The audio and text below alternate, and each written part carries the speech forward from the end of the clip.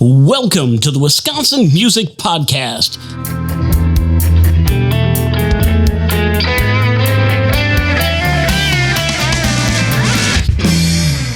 Welcome to the Wisconsin Music Podcast. I am your host, Zach Fell. Get ready to dive into the music scene of Wisconsin and Wisconsin-like people who actually maybe not even live here anymore, but actually came from Wisconsin. And we're going to uncover some stories, songs of some musicians, maybe some music business stuff and organizations. But today we're going to celebrate the diverse talents and sounds that make music special with our guest, Joe Kennedy. Joe is a keyboard player, educator, all around really cool guy. He's actually from the Racine, Wisconsin area. He actually went to a high school that I actually taught at for a little bit. But we'll get into all that in a little bit. But right now, let's just say howdy to Mr. Kennedy here. Hey, Joe, how's it going? Excellent, Zach. Thanks for having me. Thank you for being on the show. So first question out the gate I ask all the guests is your music origin story. How did you get started in music? And kind of give us a little synopsis of where it's taking you up till basically today. Oh, man. Well, the very, very beginning is when I was 8 years old. I told my mom I want piano lessons, and she got them for me, and I've never quit. Well, that's good. But when I was 15, I was invited to this open jam session by a group of local musicians that hosted it, and they kind of took me under their wing and schooled me and gave me a bunch of real good lessons early on. Then I went to UW Parkside for my bachelor's degrees. And then I went to Las Vegas for my master's in performance and played on the Strip and worked in a couple shows. And then I moved to New Orleans, and I've been here since 2009. Okay. So that's like almost, what is that, 15 years, right? No, 16. It'll be 15 for me this summer because I came summer of 09. Okay. So, yeah, 15 years. So what would be the difference between the scene in southeastern Wisconsin compared to where you are in New Orleans? There's so many differences, but the interesting thing for me is the similarities of like how there's different pockets of players. Like I feel like if you draw a bunch of Venn diagrams, that there's going to be separate pockets of players that play this genre or that genre, but then you have all the overlapping parts of the diagram. So I feel like that's, for me, when I was in southeastern Wisconsin, I was working with some jazz stuff, with some blues stuff, with some wedding bands, with some top 40.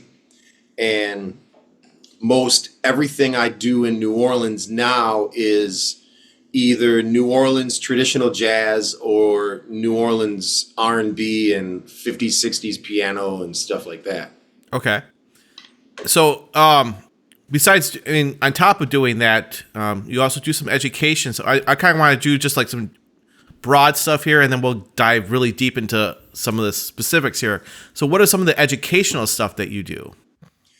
I host a monthly jam session for all ages, and it's geared towards the high school, even middle school. Like I've got this 6th grade trumpet player that comes every month, but it's a jam session where young beginner players can sit in with experienced professionals and start to get a feel for that dynamic and what it takes to bring your level up and how you can work towards these goals and improve your musicianship.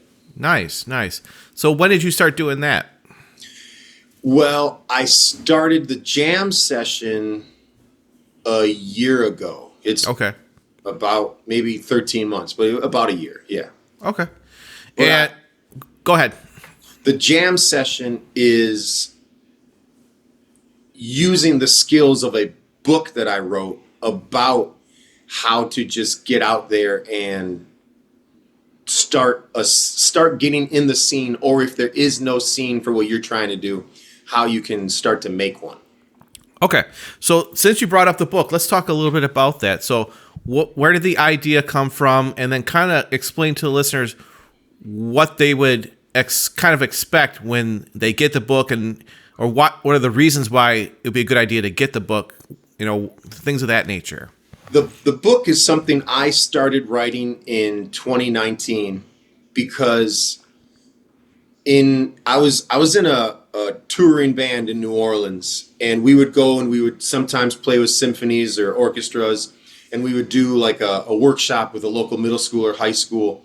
And we would go to these high schools, and I would talk to these students, and none of them, they either didn't know that they could go out and get involved, or they didn't know how, or they didn't know what they need to know to do it. Okay. And I feel extremely fortunate looking back at my musical journey that when I was 15, those guys at George's took me and helped lay the foundation for me. How to sit in, how to put your name on the list, how to get like some clues from another player on stage non-verbally. How do we communicate? What does it mean when you call a tune? Like all of these building block skills that you have to kind of have an understanding of to just go out and try is what I felt that I was interacting with students that they were missing that. So I started writing the book about all the things that I felt I learned early on to give somebody else an opportunity to read the book and try themselves. Okay. So, for example, what's the first chapter about? So the first chapter is like just a broad, like, hey, is this your first time going to a jam? It's going to be scary. Just try and look for people that are going to be helpful, Okay. Then it talks about like how to go to a jam, how to sign up, who to talk to, what you need to bring. And then I talk about form, because like you have the real basic 1-4-5 12-bar blues. But then if you're playing a song that has a quick change on measure 2, you need to know how to identify that orally. Gotcha. So we go through different forms of the blues, the 8-bar blues, the 12-bar blues. And I touch on some AABA 32 bar, some AB 32 bar, some AB 16 bar, just to give a basic idea about the different song forms you'll encounter in this overall jazz blues-ish commercial music realm. Gotcha. Okay. And then does the chapters beyond that, is it kind of like get more and more expansive on the information? On some stuff, I have a whole 2 CDs that they can download off my website that are, one of them is audio examples of all the stuff that I play in the book or write in the book that I play, and they can have an audio example. There's 2 transcriptions, and I have them on my website. You can download them in concert, B flat, E flat, bass clef, and F horn. So I tried to incorporate all of the horn and configurations you'll see in a regular high school ensemble. Nice. And then I talk about some improvisation ideas, enclosures, arpeggios, scales, things like that. And then kind of a wrap up of, hey, you're going to find people that are short with you. You're going to find people that don't want to have a beginner join them on stage, but you're also going to find more people that want to be supportive, and somebody that approaches this like me that says, hey, some older guys gave me an opportunity when I was a kid, so I want to give another kid an opportunity. Nice. Excellent. Yeah. So that sounds like a really good reference book for high school band directors and kids that just want to know what it's kind of what they're getting themselves into if they want to go out to a jam session, and what they should kind of know before they even step on the stage. Yes. Now, since you mentioned high school band directors, I would like to tell you that it's on my website. Any band director can go to my website and get a digital copy of the book and the CDs for free. Really? Yes. Nice. Thank you so much. So it's bigjoekennedy.com. And then the book is called Spread the Jam, and that's going to be a page. But on the menu for that page, there's a tab called the Band Director Subscription. Okay. If the band director puts in their email, they will immediately have access to all the materials that I have for the book. Excellent. I will definitely put that in the show notes, and I will emphasize that for sure. So awesome. It's so great of you to allow band directors to be able to grab that reference and help out their basically their program. So thanks you so much for doing that. Absolutely.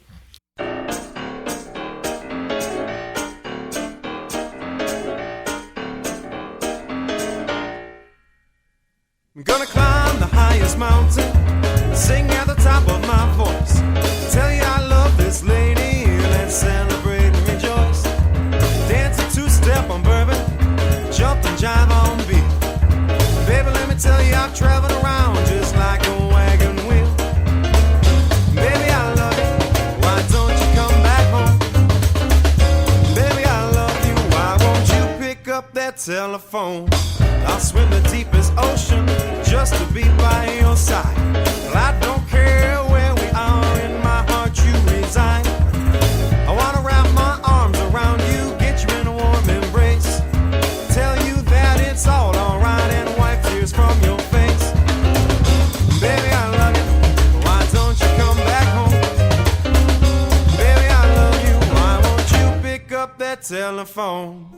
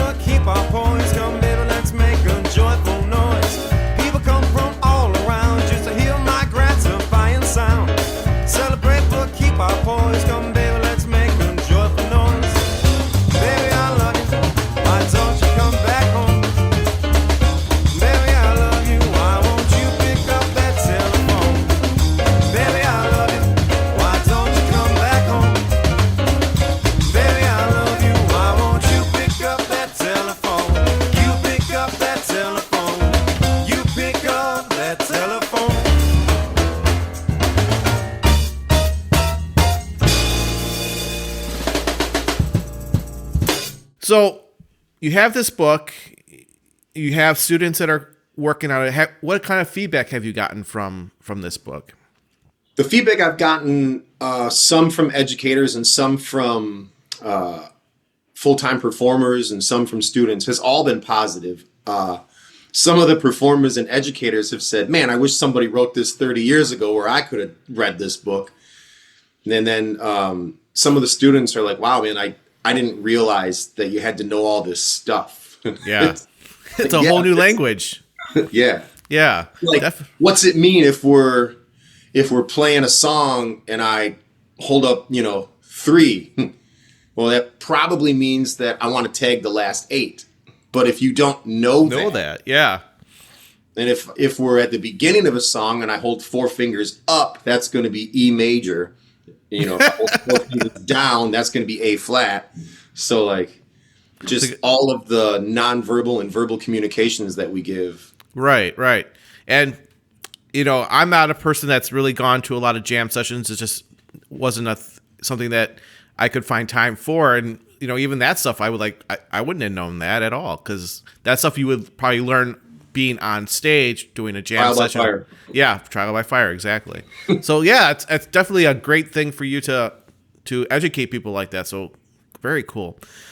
Is there other things about the book that you want to emphasize? Yeah, I mean, in my mind, what I'd really like to do with the book and a band is to have a school book my band to do a concert there. And we would also do a 75 or 90-minute workshop with the kids where they would get to jam with us. And then the concert would be us displaying for them how we do all this real time on stage. Cool. And you being down in New Orleans, I mean, that sounds like something that would have to be within a certain mileage range, because it might be a little bit, because how many people are in your band? Well, that's the thing. It's all dependent on what people want and what funding provides. I could do it with a piano trio. I could add 1 horn up to 3 horns where it's a 6-piece band. Okay. And then obviously they would just contact you and they would work out the details with you about, Okay. Excellent. And the way I understand, like, schools aren't going to have funding to fly a band up and do all that in most cases, right? Right. So if a band director has a working relationship with the arts council of their city, if the arts council books us on their performing arts center, we'll do a 75 or 90-minute workshop with the band for free. Oh, okay. Excellent. Well, so listeners, and I'll talk to other band directors, of course, and, tell them about this episode so they can, listen in on this, so they can try to at least, if not the book, they can do beyond that with you and your group. So that's very cool. Yeah. Excellent. Hey, Wisconsin Music Podcast listeners. Are you looking to elevate your music with a personal touch? Let me introduce you to ZTF Studio, where your sound finds its true home. At ZTF Studio, we create more than just great recordings. We create an experience. Our cozy, home-based studio in southeast Wisconsin is designed to make you feel comfortable and inspired. Imagine walking into a space where your music is treated with the same care and passion you put into it. With over 20 years of experience, we know how to bring out the best in your sound. Whether you're a solo artist or a full band, you'll get personalized attention and expert guidance every step of the way.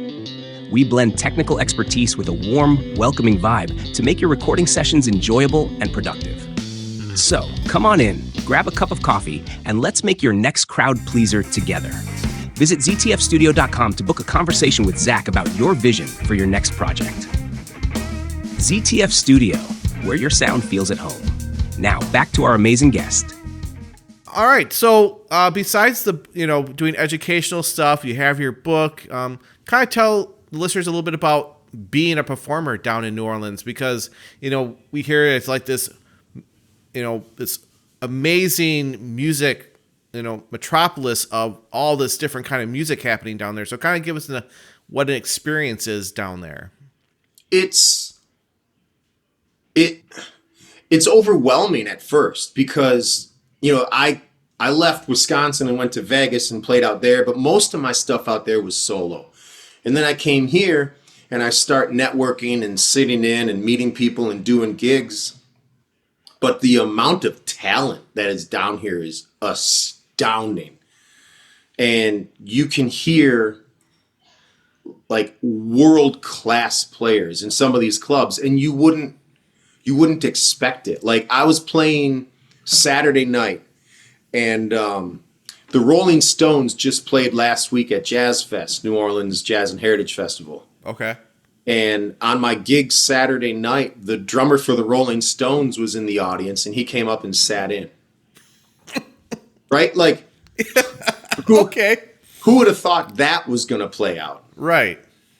So that level of, oh my, I can't believe this just happened, has happened to me repeatedly for the last 15 years. Wow. That's great. Like, when I first joined the Dukes of Dixieland, my first season with that band, we're playing a concert, and the trumpet player leans over and he goes, I'm pretty sure Dick Van Dyke just walked by the stage. And I was like, no way. And sure enough, about a half hour later, Dick Van Dyke is singing a song with us. Wow. Right? Like, come on. That's great. That's great. That's very, very cool. Yeah, I mean, we hear all these stories, you know, or I have at least, about all these different, you know, things like you just said, and it's just like, that is so cool. I mean, if you need to go, if you want to be in music, you have to go where there's a lot of opportunity, and obviously places like New Orleans is a place where that can happen. Yeah, but like, the thing that I'm really thankful for is that I found a place.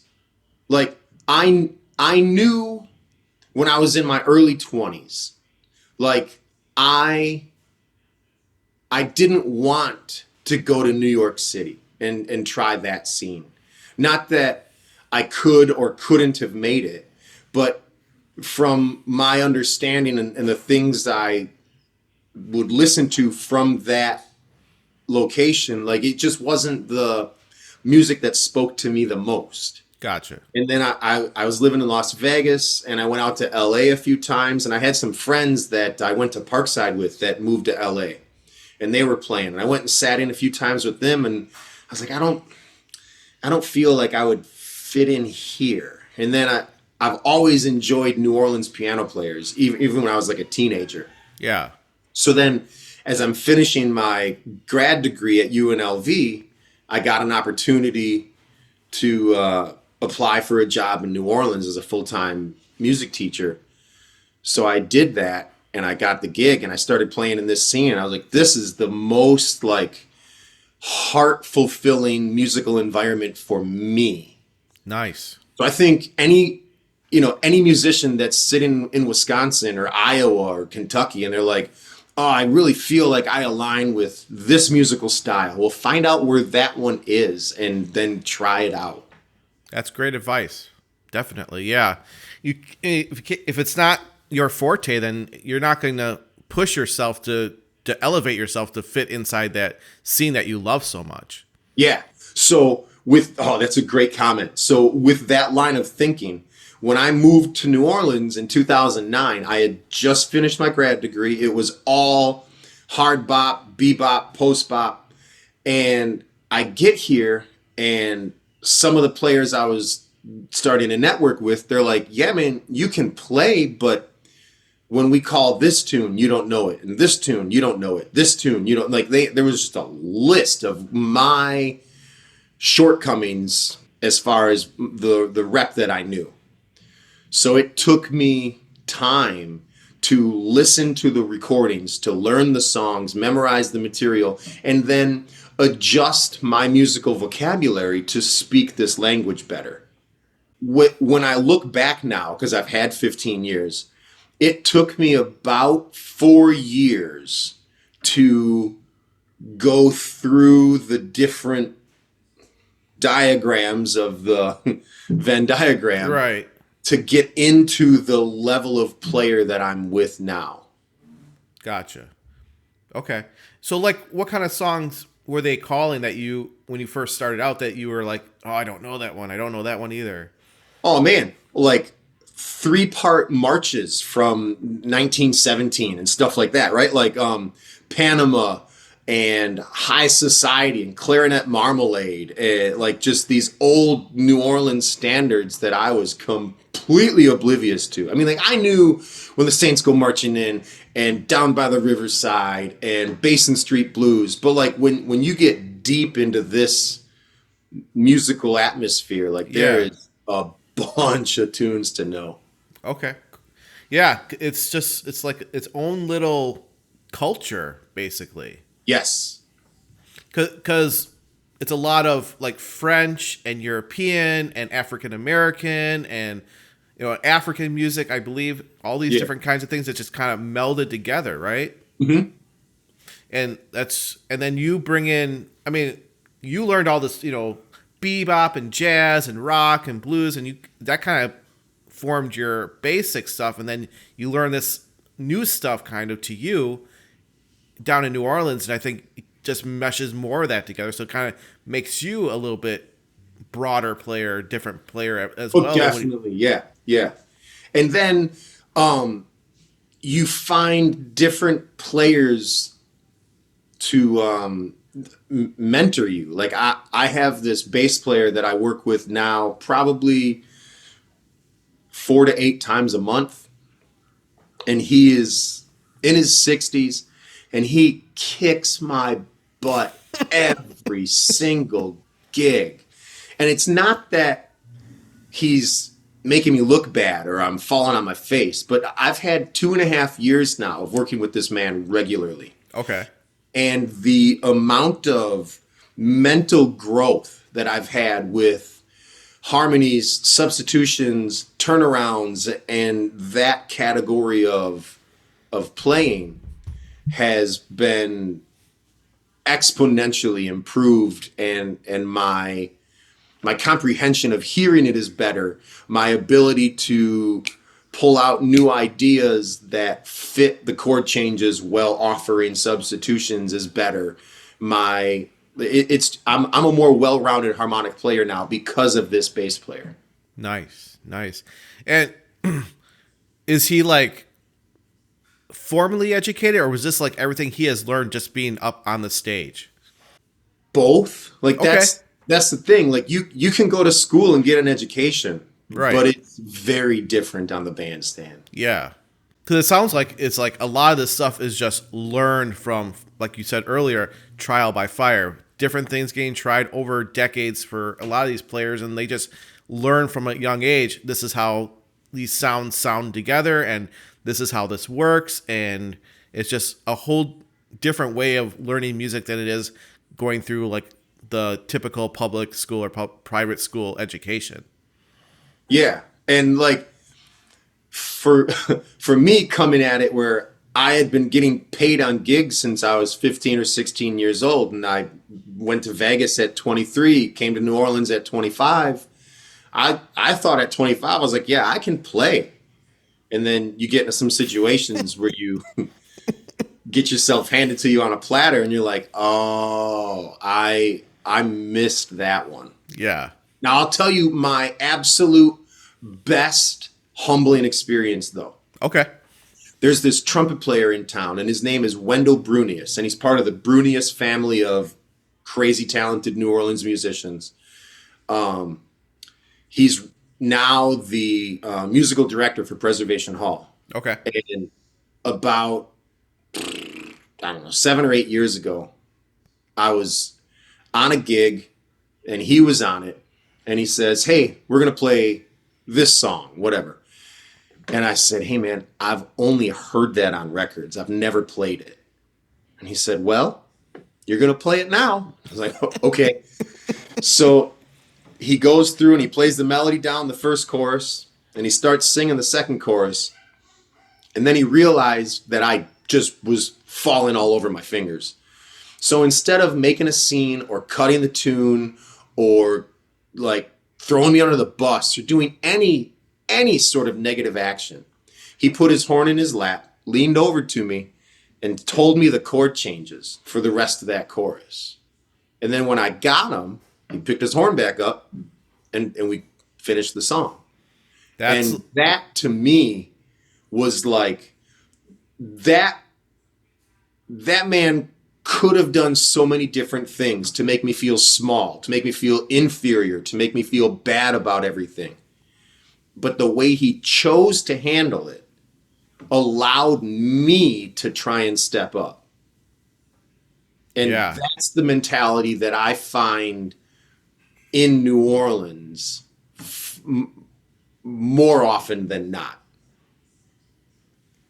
So it's basically, it's all about the music and having a great experience. And like you said, instead of throwing you under the bus, he was like, I'm going to give this guy what he needs so we can continue and playing the song. Yeah. Nice. Excellent.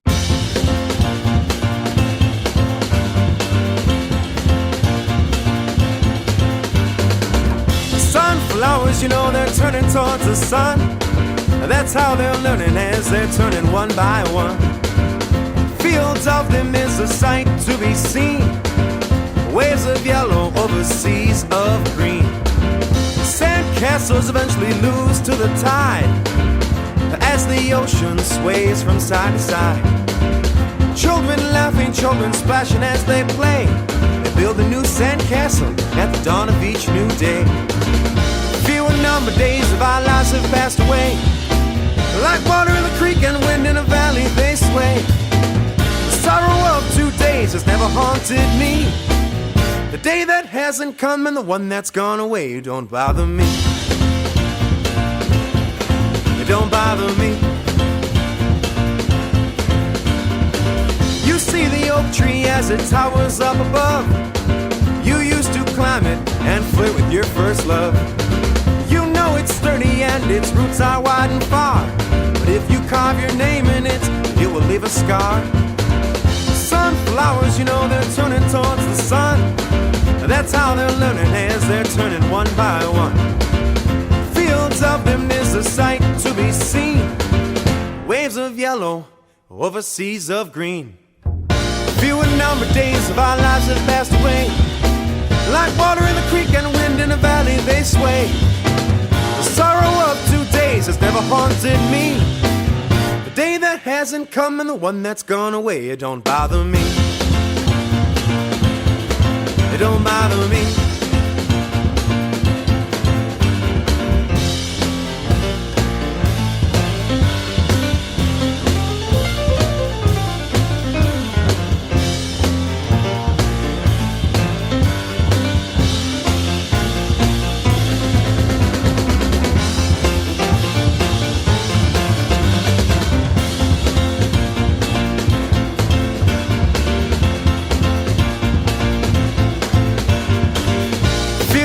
Days of our lives have passed away.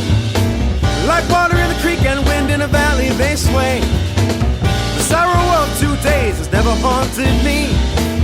The day that hasn't come and the one that's gone away, it don't bother me. It don't bother me. It don't bother me. It don't bother me. It don't bother me.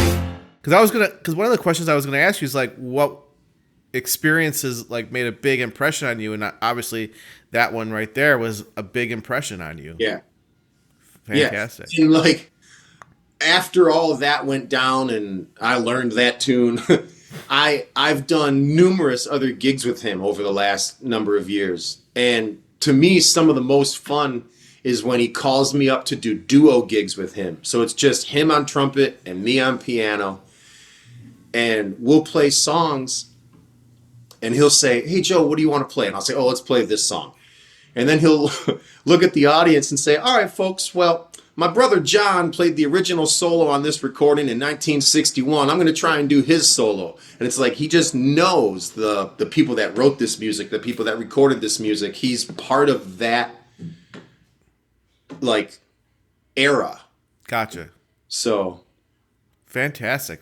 It's just, I think I've always been like enthralled with the New Orleans story of the music story, and it's just like it's so cool to actually hear from someone that's experienced at least, you know, some time down there and the true experience of being a musician down there. It's really, really awesome of what you're telling us. It's very, very cool. It is the most rewarding music scene I have participated in as a professional. Yeah. Like I don't want to discount or downplay the lessons I learned and the growth I had as a teenager with the people in Racine that were really good to me. Right. Yeah, I mean, you got to have your launching spot. You got to know where to start, As we're wrapping this up, what is like just lost my train of thought here. Give me a second to remember what I was going to ask you. So we talked about experiences. We've talked about your book. We've talked about local scene comparisons. Oh, yes. Time management between professional life and personal life. How are you being able to balance that? Oh, it's tough, dude. Yeah. I got 2 kids under 5. Okay. That's what I thought. So how do you do that? I get up early and stay up late. Okay. I mean, I before kids, I was playing, honestly, 11 or 12 gigs a week, 7 nights a week. Okay. And that was Monday, Tuesday, Wednesday were singles. Thursday was a double. Friday was a double. Saturday was a triple. Sunday was a double or a triple. Wow. And I did that for years. But now, post kids, I have a nice schedule for me that is 6 nights a week, but I'm doing 8 gigs a week. So like it feels like I'm doing less, but I'm still playing 30 hours, 28, 32 hours a week. So your partner gets to see you at least a little bit once a week. Yeah, Mondays I'm off. Yeah, there you go. Very cool. So how about this? If there was such thing as a time machine and you could go back to your much younger self, what advice would you give yourself? Oh man, the truth, practice more. 'Cause like, I was serious, but I wasn't serious when I was in high school. And then I got to college and I was like, ooh, I better step this up a little bit. And then I got to grad school and that was when I was practicing 6 hours a day. And like, you probably remember Band in a Box, right? Oh yeah. You put out a big, long, like 25-minute, 16 choruses of some song and you just shed that song for 25 minutes. Right. Take a break for 5 minutes, do that exact same thing again on another tune for 25 minutes. And like, I can't say I wish I would have done, but yeah, if I was in a time machine to tell my younger self, it would have been just practice more. And not even like, oh, you've got to practice the Chopin and the Mozart. No, man, like practice whatever is going to make you happy, but just get better and grow. Right. Exactly. Is there anything else you want the listeners to hear about that you're a part of or anything important you think? You can do this. Wherever you are, you can do this. It's a lot of work, but now as a 40-year-old professional musician supporting myself the last 20 years by playing piano, it's a grind. It's a struggle. It's a hustle, but it's so rewarding. And don't be afraid to try. Like my early gigs in restaurants, like I'm essentially paid wallpaper. It doesn't matter if I'm there or not. The people aren't listening, but I got to learn tunes.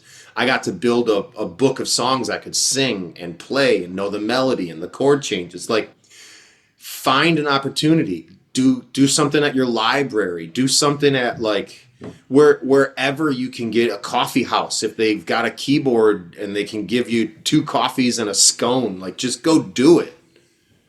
That's what I think people need to do. Like, don't feel like I live in X, Y, or Z city or state, so it can't happen for me. Like, no, man. Like, I'm a dude from Racine, Wisconsin that's playing with bad mothers in New Orleans. Yeah.